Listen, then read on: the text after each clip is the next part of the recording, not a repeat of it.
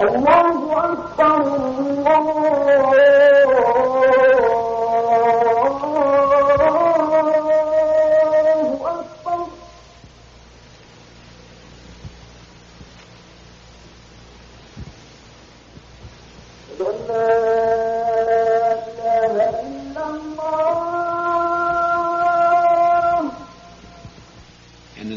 the name of God, the Beneficent, the Merciful, the Creator and Sustainer of the universe, peace and blessings upon His servant and Messenger Muhammad forever.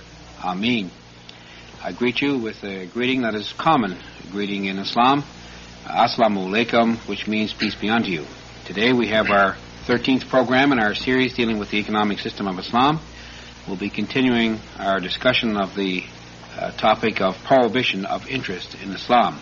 I'm your host, Hamid Rashid, and I have joining me as usual Dr. Jamal Badawi of St. Mary's University. Brother Jamal, Assalamu alaikum. Wa alaikum assalam wa rahmatullah.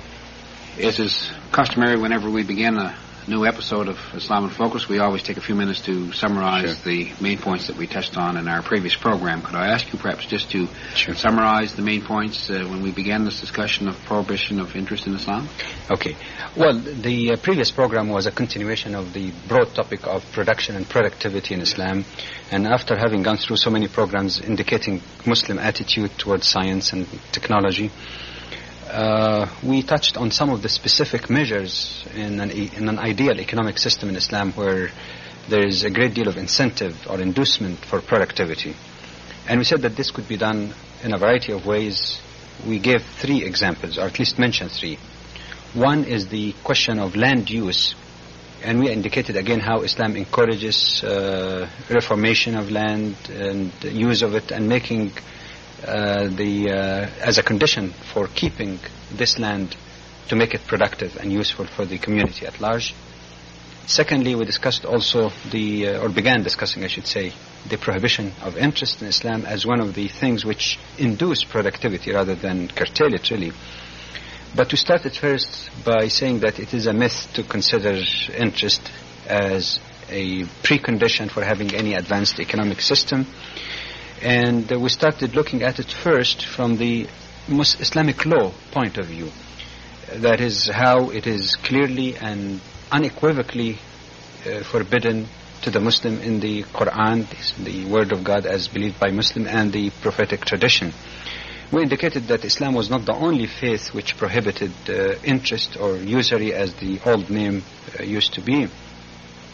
We also indicated that this prohibition is not restricted only to excessive interest, but any interest, small or large, is forbidden.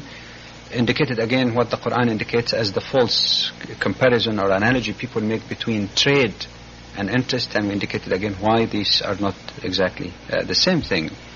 And finally we said that the prohibition is not only in the matter of consumption loans, but even production loans, because this kind of interest was known already when these verses were revealed in the Quran. Not only consumer loans, but productive loans too. Mm-hmm. Well, I wanted to begin today's program, if I could perhaps ask you to give us some information on the types of interest that were prevalent in pre-Islamic days. Well, Muslim jurists and historians divide them into 2 broad categories.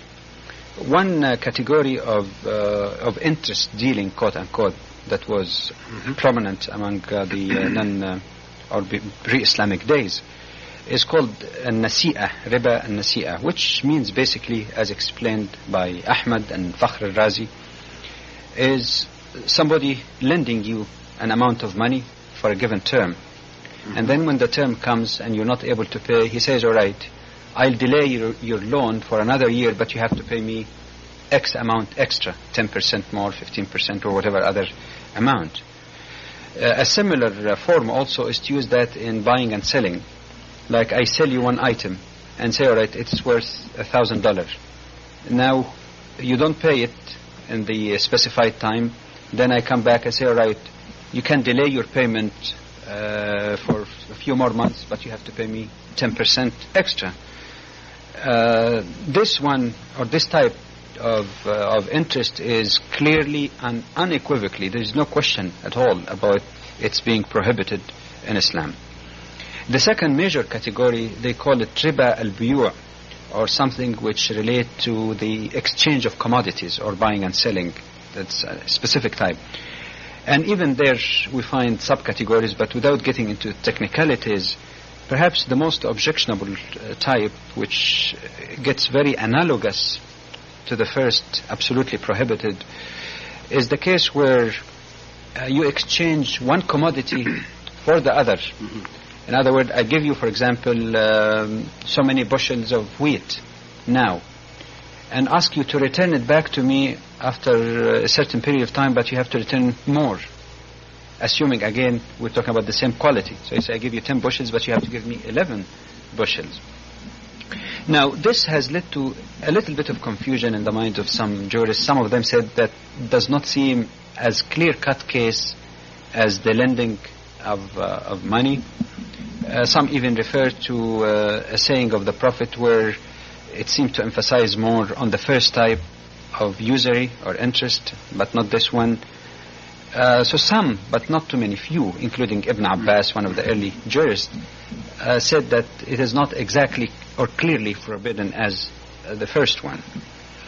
However, the great majority of Muslim jurists feel that there is not much substantive difference really between the two.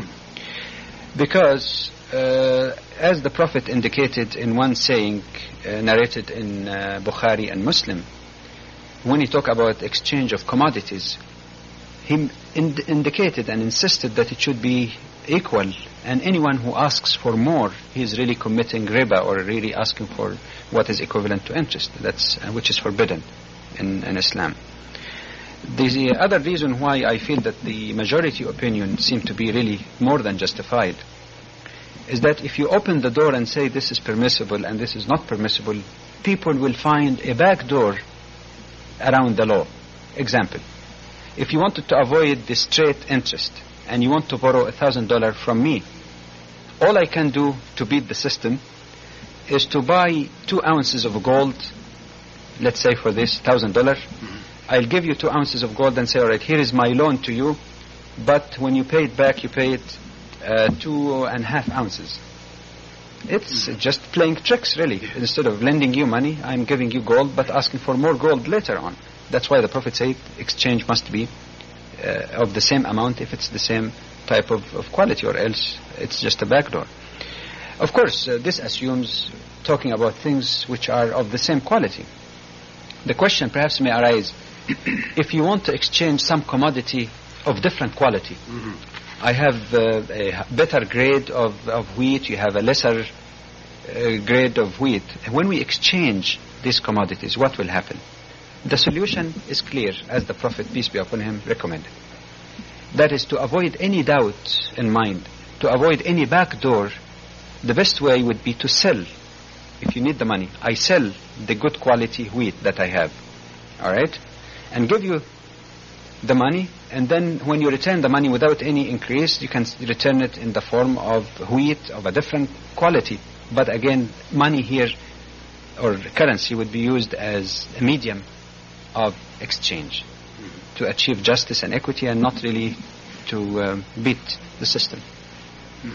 Well, now, there are some who would suggest that among some jurors, there are those who would take a more lenient view in terms of their attitude towards interest. Can you perhaps clarify for us the basis of some of these claims that there are there's a case for more lenient interpretation of the prohibitions on interest? Well, first of all, I would not discuss the question from the vantage point of raising any issue about political affiliation or political pressures on some jurists to give up or to give the verdicts that their particular oppressive government may be demanding from them or pressing them.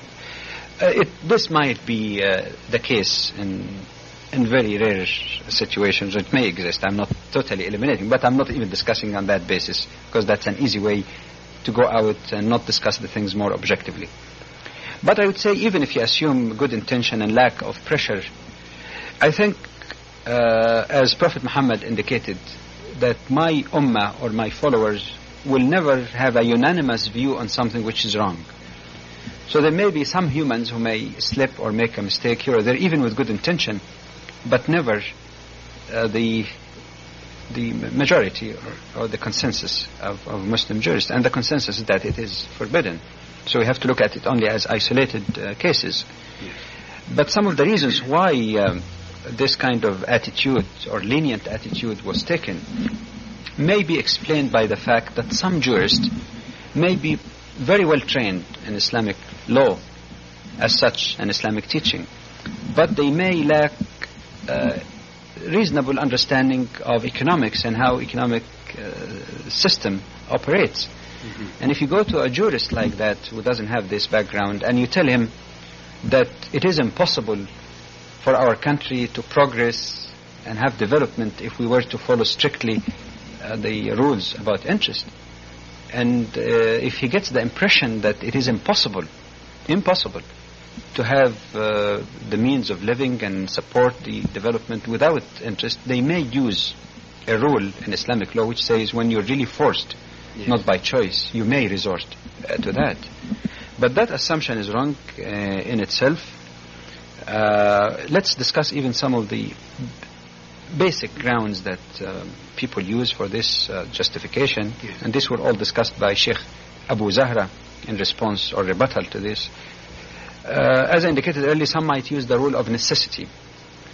But again, there is no reason on earth why interest would be an absolute necessity without which you can't really have an economic system. We have seen that, and we'll see it further as we discuss the topic. There are definite and better alternatives than interest. Some people might say if you don't take interest, money would be idle and would lose in value. The answer to that, and who said that Islam agree with the idea of leaving money idle? It's not the idea of investing the money or getting some income on it. It is the question of how you invest that, whether there is sharing in profit and loss or a fixed type of interest. I should add here that even among the rare jurists who might have taken what you called a lenient attitude towards interest, some of them, after they expressed their opinions, they got very strong rebuttals from other learned jurists, and apparently they realized their mistakes and kept quiet. They didn't argue back, which is tantamount of really withdrawing their position. In another case, a relatively more recent case, a person even who published this kind of view, particularly about the investment or saving in the post office, as was done in some countries under the administration of the post office for fixed interest. It was reported also that before his death, he also came back or reversed his position on the topic.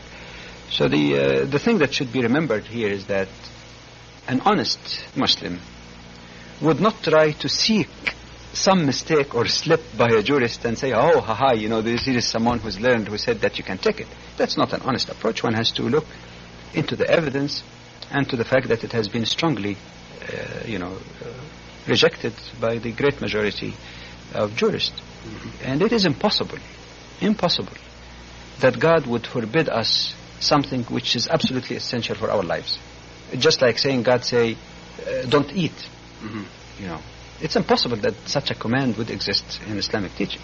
So when God says don't take interest or give interest, it is impossible that this command would contradict with basic survival and needs of human beings. There must be alternatives. Well, I'm sure many of our viewers who are watching, who are accustomed to the system in North America where interest is very, very prevalent, must be anxious to hear some of the reasons as to why Islam has prohibited interest. Could you perhaps give us some reasons? First of all, one has to be quite honest by giving the first and most important reason, at least from the Muslim point of view. As we have seen in the previous program, and to some extent in this one, the prohibition of interest in Islam is unequivocal. There is no ifs and buts in it. It's so clear text. For the Muslim, if God, who knows our needs as humans, and who's revealing these teachings for the overall welfare of the individual and society and the world at large, has forbidden that, there must be an awful good reason, even if we can't find all the reasons. That itself suffices for the believer. But that's not all. First of all, the attitude of taking and giving interest is an activity or behavior which seems to reduce the feelings of compassion and sharing in society and tend to foster the attitude of greed and in many cases even exploitation. Well, somebody might say, well, you're really talking about the consumption loans, really, some ethical objections to it. But how about others? Other loans used for production. Mm-hmm. What's wrong with that? There are a number of wrong things with it. First of all, when an economic system is based largely on interest, you will end up having a few individuals or institutions who have tremendous and disproportionate power in society. These are the ones who control loans, who control, money. And when they control money, some, if they were individuals, would not really be motivated to seek some other productive work to benefit society, because they can just sit down and simply because they have some wealth which they inherited or earned or whatever, they can just sit idle, and money begets money in their case, which should not really be the case. And they get disproportionately rich. And when you get a few individuals like that or institutions, it spills out on the political system, because again the so-called industrial war machinery or industrial complex would really exert a great deal of pressure in the political sense to guarantee the protection of their particular interests, and that could lead also to political corruption. Yes. Secondly, as a principle in Islam which is both ethical and practical, is a rule in Islamic law called al-ghunmu bil-ghurm, which means that if a person is subjected to the possibility of profit, he should as well be subjected to the possibility of loss. If a person may get large profit, he should also be prepared to accept lower profit depending on the achievement of a particular venture or enterprise. Now, this whole notion, ethical and practical as it may be, is not there in the question of interest. Why? Because when you lend some money, you're guaranteed, you're given certain fixed interest-bearing type of document, regardless of what profit the enterprise is making. If they lose, they still have to pay you. If they make more profits, you don't get all the profit, you get part of it and they keep the rest. And that is contrary to Islamic philosophy, that people should share equally in the positive and negative, in the profit and loss.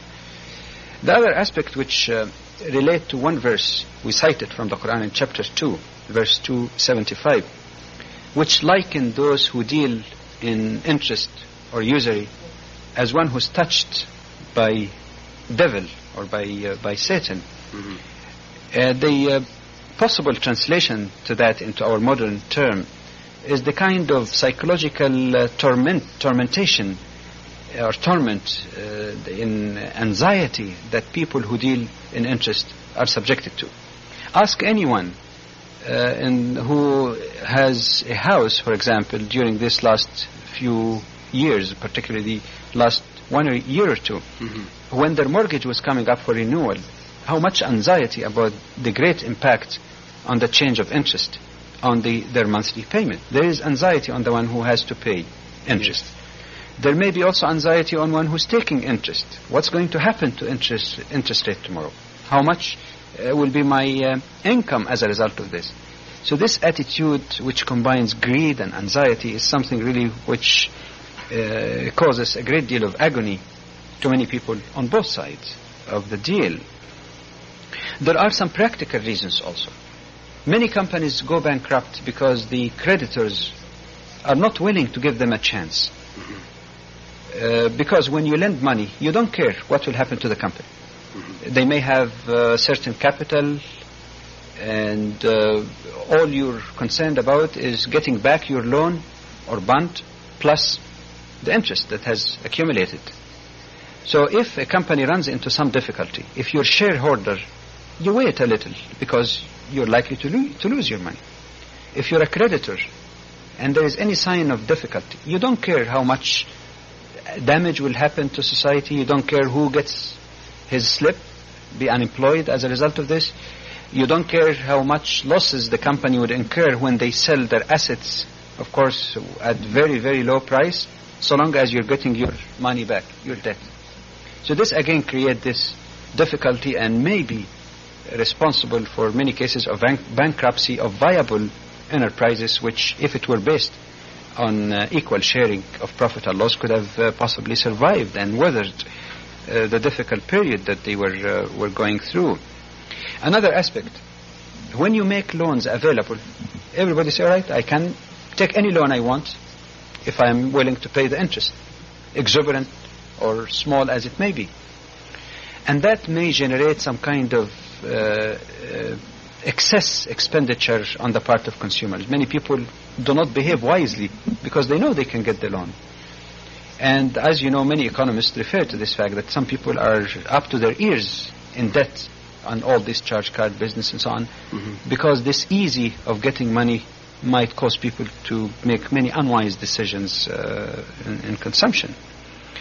Furthermore, when you have a few people controlling wealth, and when they need money, simply they borrow money from others, so other people have no control on the way they run the business, you give again disproportionate power to fewer individuals or fewer institutions in society, and that's not a very quote-unquote democratic type of approach. So the point is that beside all of these difficulties, and this is not an exhaustive list, there are some economists even who may have some question about some negative effect of interest, particularly high interest rates. The idea here is that there are definitely better and equitable alternatives. Well, now, another argument for interest is that it's not basically different, or it doesn't differ substantially from partnership. Somebody hold that view. How would you respond to that suggestion? Well, there are two basic differences. You can make analogy. First is that when you give something by way of loan, you have a guarantee, at least, so long as the whole thing does not go under and you lose everything, but basically you have at least guarantee in a sense of that of interest payment on plus your capital or your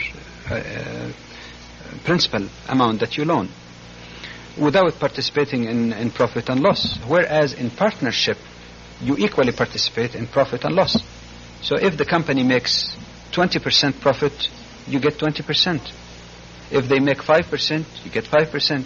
They make no profit, you don't get profit. If they make 2% loss, the same thing will happen to you. But that's essentially different from loan.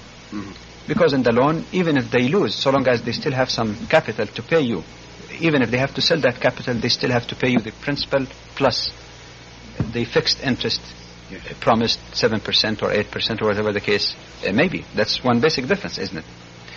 A second basic difference also relates to the point I was raising earlier also about the control of the destiny of society. If you lend money, you have no control whatsoever. In other words, the company says, it's not your business how we run it. You just give us the loan, we'll give you the bond, you're entitled to 8%, you have no say as to how the business should be run. If you buy shares, on the other hand, that is a form of partnership. You have the right to be elected to the board or elect qualified people to the board of directors. So in a sense, the person who's sharing profit and loss has some control. So there's some sharing in the decision-making process in society, which is definitely more democratic. You call it industrial democracy, production democracy, whatever you call it, but there's some kind of sharing rather than leaving that power only in a few hands. At least there are larger base in participation in very crucial decisions in the community. So loans with interest is not really the same as partnership. Right. Well, now, You mentioned a while ago that Islam doesn't encourage money sitting around idle and being eaten away by inflation and so on. And given the prohibition on interest, there must be some alternatives that are provided. Could you perhaps share some thoughts on that? I'm glad that this point is brought forth, because some people get the false impression that when Islam prohibits interest, that it's against development and that everybody should keep his money in the mattress or just keep it idle, which is a very false impression. First of all, Islam encouraged trade, and as the verse cited in the previous program say that God made trade permissible and lawful. So a person can invest on his own. Well, if he doesn't have the capacity or enough funds to invest on his own, he can opt for partnership. Two people can put their funds and their work together, and again equally share profit and loss or proportional to their contributions. Yes. Thirdly, there is a type also which you might call, or some call it, sleeping partnership. That is when a person has access to money, but he does not, however, have the skill to participate in the venture. And that is known in Islam as qiraad. That is, you could agree with someone who has the skill, and you said, all right, I'll share or I'll contribute capital, you contribute effort and expertise, and we agree ahead of time that you take certain percentage of the profit, I take a certain percentage.